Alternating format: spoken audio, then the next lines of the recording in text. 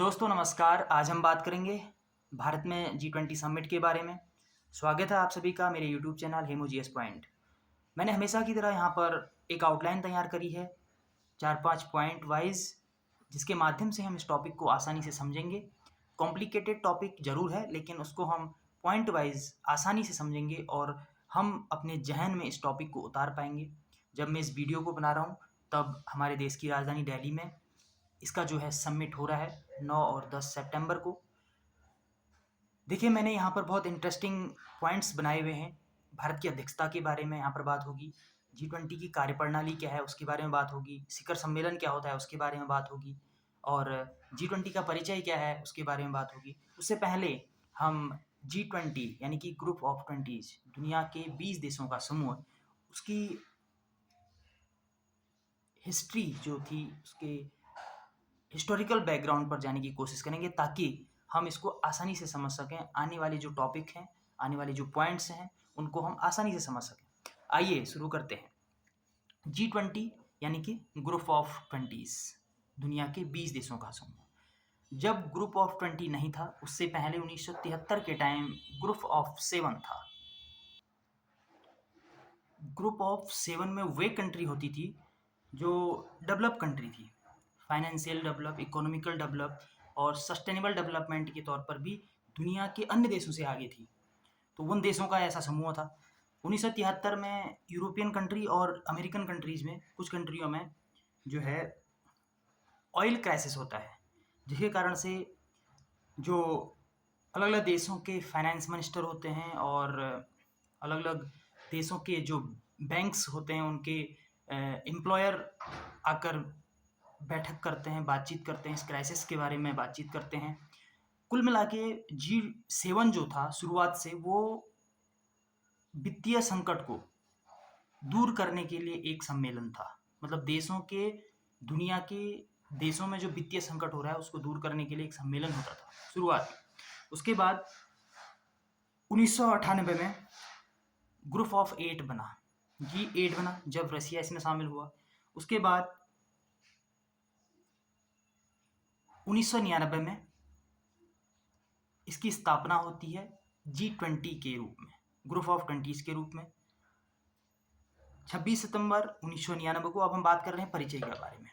पृष्ठभूमि है, मैंने बता दिया आपको कि ये एक वित्तीय संकट को दूर करने के लिए दुनिया भर के देशों का समूह था।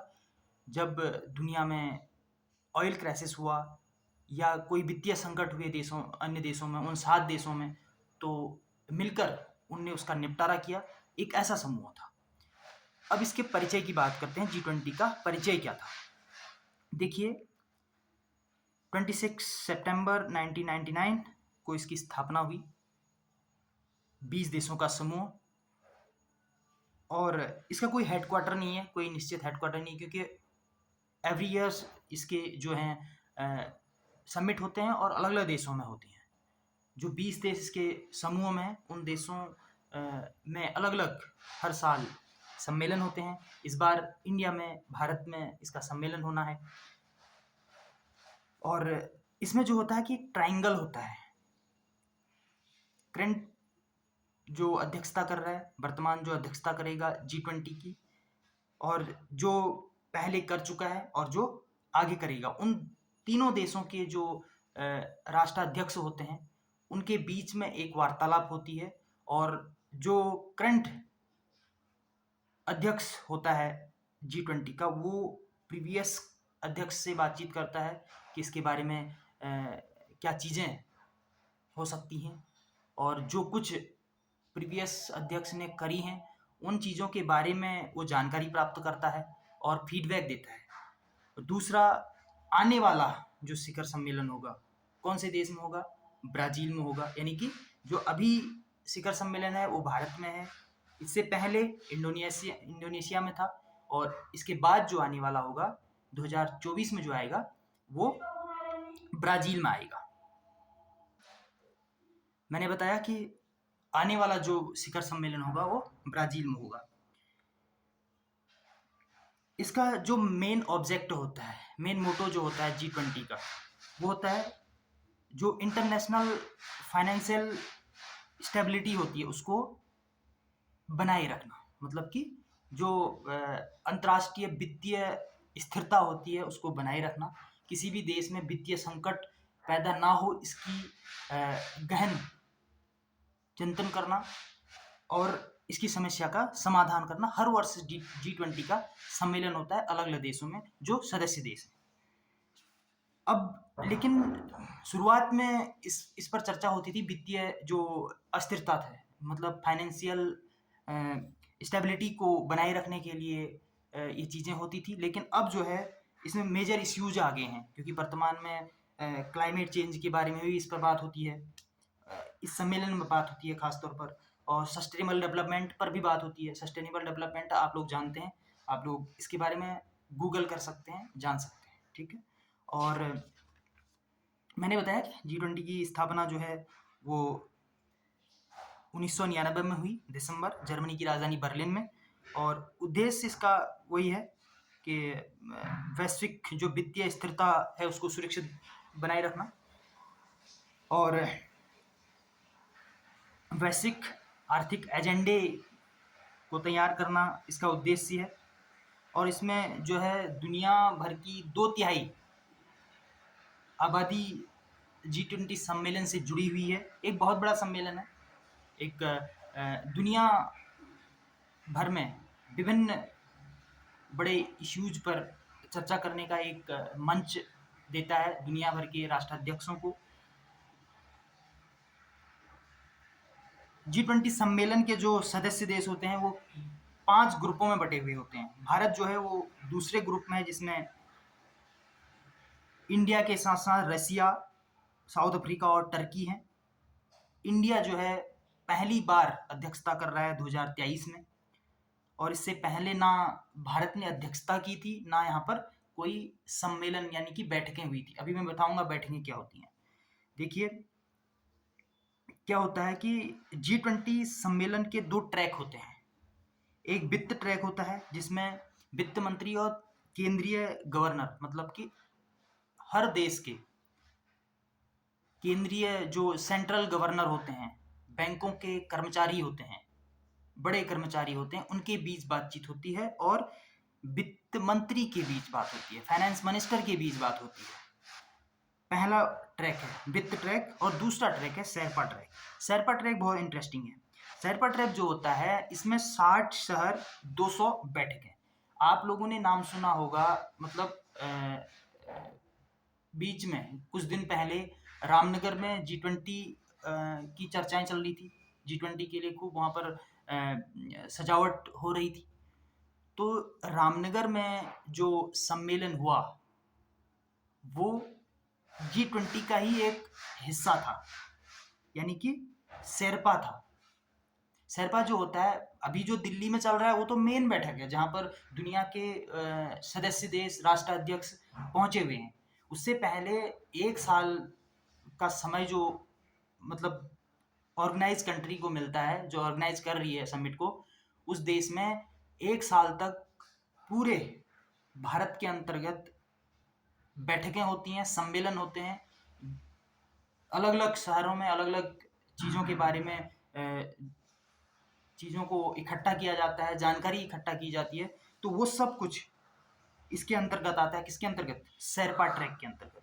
यानी कि शेरपा ट्रैक वह है जिसके अंतर्गत ऑर्गेनाइज कंट्री के अंतर्गत 60 शहरों में 200 बैठकें भारत में इस बार हुई है। ये मैं भारत का आंकड़ा बता रहा हूँ। जो रामनगर में आप लोगों को याद होगा कि हुआ था।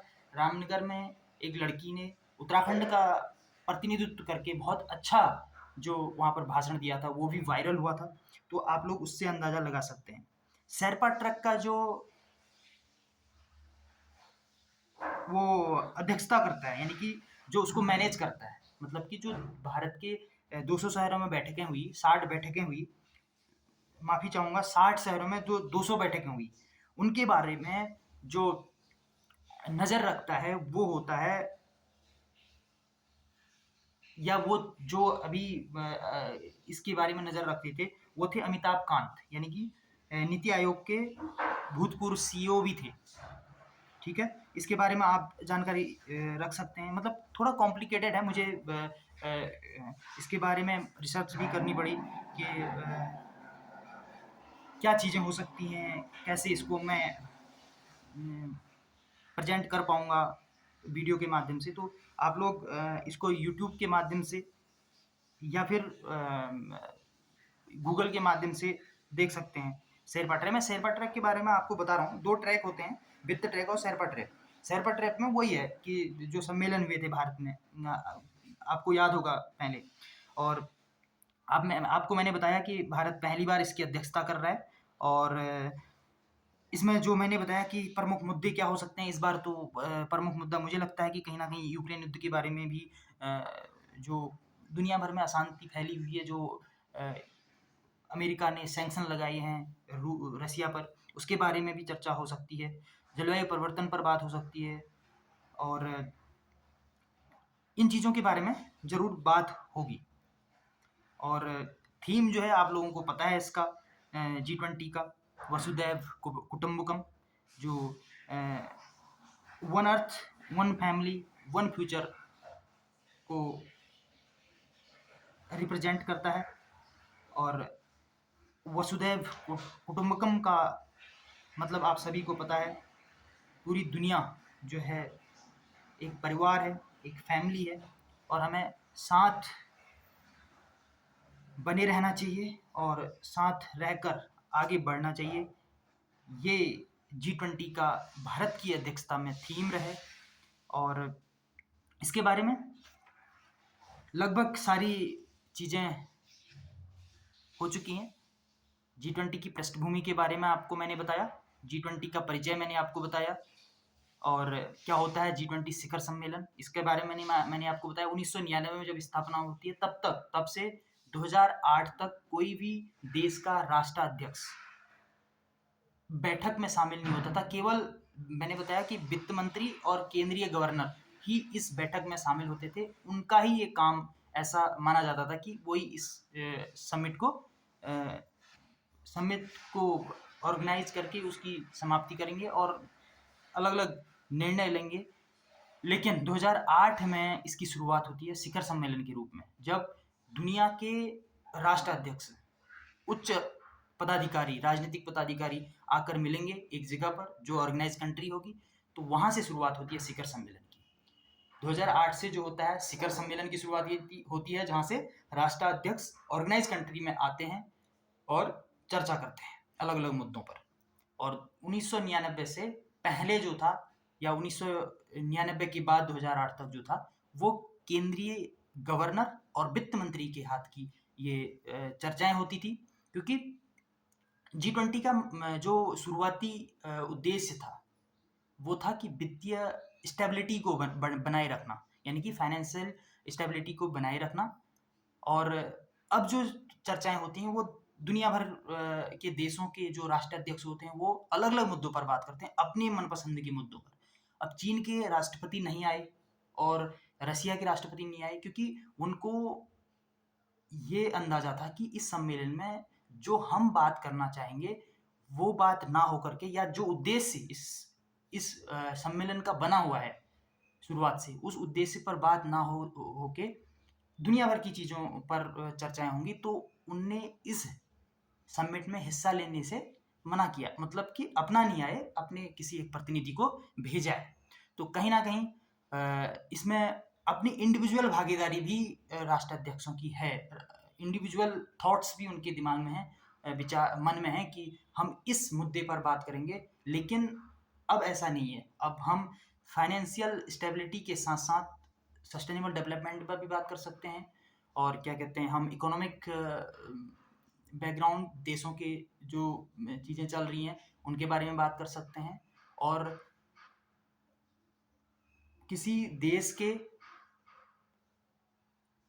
सॉवरेनिटी के बारे में भी बात कर सकते हैं, मतलब कि उनकी संप्रभुता के बारे में बात कर सकते हैं। जैसे कि हम अफगानिस्तान में जो बीच में हुआ था तालिबान के कारण से जो अशांति पैदा हुई थी, मतलब दुनिया के अलग अलग देशों में जो अशांति पैदा हो रही है, गृह युद्ध की जैसी स्थिति है, उसके बारे में भी हम देशों को प्रोत्साहित कर सकते हैं, उनको एक आशा दे सकते हैं कि इसका निपटारा किया जा सकता है। G20 जो देश हैं, ग्रुप ऑफ 20 जो कंट्रीज़ हैं, वो साथ हैं।